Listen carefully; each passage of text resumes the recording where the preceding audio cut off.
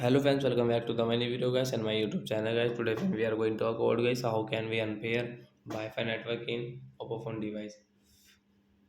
Friends, you want to unpair guys your phone Wi-Fi network. So how can you unpair it? Today I will show you. I will tell you in this video. So friends, now let's see how can we unpair Wi-Fi network in Oppo phone device. Friends, we will on our phone setting guys. After on phone setting, I scroll it. Friends, you can see your phone Wi-Fi setting as tap on Wi-Fi. Friends, right side icon we will tap here.